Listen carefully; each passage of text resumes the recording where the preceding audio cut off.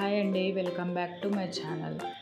ఈరోజు నేను జొన్న రొట్టె రాని వాళ్ళకు ఈజీగా ఎలా చేసుకోవాలో చూపిస్తాను. ముందుగా నాకు తగినంత 2 రొట్టెలు కావాలి కాబట్టి తగినంత పిండి తీసుకుంటున్నాను. 1 గ్లాస్ పిండికి 1 గ్లాస్ నీళ్ళు వేసుకోవాలి. నీళ్ళు పోసుకొని ఆ నీళ్ళను మరిగించుకోవాలి. నీళ్ళు మరిగిన తర్వాత మనం తీసుకున్న పిండి ఉంటుంది కదా, అది కలిపి ఒక 2 నిమిషాలు పక్కన పెట్టేసేయాలి.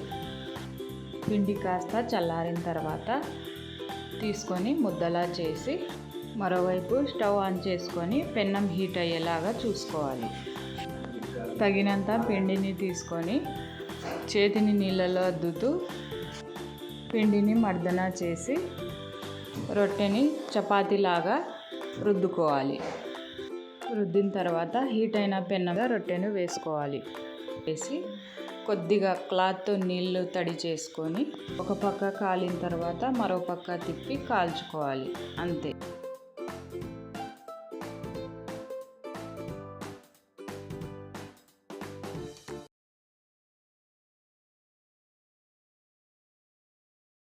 మిగతావి కూడా ఇలాగే తయారు చేసుకోవాలి.